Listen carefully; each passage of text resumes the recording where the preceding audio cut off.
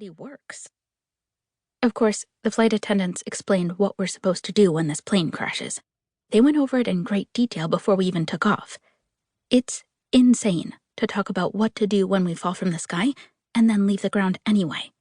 And I'm the only person on the whole plane who paid attention to what the flight attendants were saying.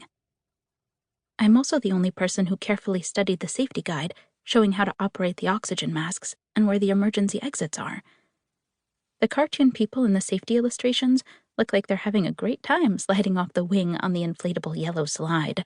Like, they'll want to climb back onto the wing for another turn. But none of the people on this plane look like the cartoon people in the safety guide. And none of the people sitting around me took the time to learn how to open the door or inflate the slide.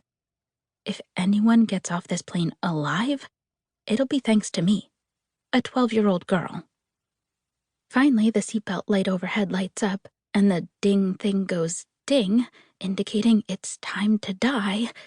But all the other passengers are oblivious. They still want to finish enjoying their continental breakfasts and coffees and cocktails before the flight attendants take their cups and napkins. I guess they might as well enjoy their last meal. Below us is a blindingly bright mass of clouds reflecting the light of the sun. It's all happy up here above, and the clouds look cushiony soft below. But it's an illusion. We'll drop like a stone through the water vapor. Now we sink into the clouds, and we can't see a thing. Nor can the pilot. We could hit a building, or a wind turbine, or another plane, or overshoot the runway and land in the ocean and be eaten by sharks. I clench my hands on the armrests and look at Mom, who gazes contentedly at an advertisement for a wax museum in the touristy airline magazine. The wax figures gaze contentedly back at her. Suddenly, we're below the clouds and the ground is close. A golf course and a freeway, and then apartments and hotels and parked airplanes and a runway, which rudely greets the tires of our airplane with a horrendous scuffing noise. Well, if one must obey the laws of gravity, I suppose the runway is the best place to do it. I practically jump out of my seat when Walter, the dead guy, suddenly raises his head and turns to me.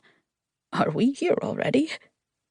I nod, reaching for the shoulder he used as a pillow for half a continent. I try to rub some feeling back into it. The only downside to landing, instead of crashing or plunging into the sea, is the silent, smug satisfaction of my mom, who isn't afraid of any of these things. It's a victory for her that we didn't crash. She smiles pleasantly as she returns the in-flight magazine into the seat back pocket. In spite of being an emergency room doctor and having to witness all the things that can go wrong every day at her job, which she tells me about in horrifying detail on the few occasions I see her, she's blind to the dangers that surround us. It's like her brain was completely used up in medical school, so there's nothing left to tell her what she should be afraid of. We plod down the weird little hallway that takes us from our plane to the airport. We wait at the carousel for our luggage. Then we head to the curb. The outside air is cool and breezy, and you can feel the ocean on it. But we are at an airport, not a beach, so cars and buses and taxis stream past.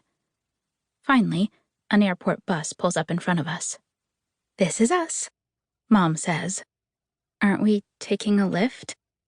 She hauls her suitcases onto the little bus and motions for me to follow. "I've got it all planned out.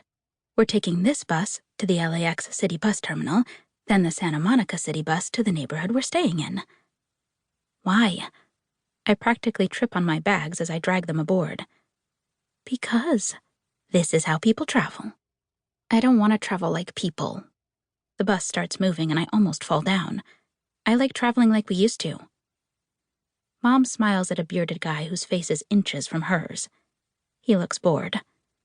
"Well, this trip is going to give you some new experiences." She grips the overhead bar. "I grew up riding buses." The airport bus takes forever, stopping at all the airport terminals, and then a parking lot, and finally dumps us at the LAX City Bus Terminal. Next, we jump on a big blue bus that's actually called the Big Blue Bus, where I sit next to smelly pickpockets, lepers, and lunatics while crushed beneath my suitcases. After several nauseating miles...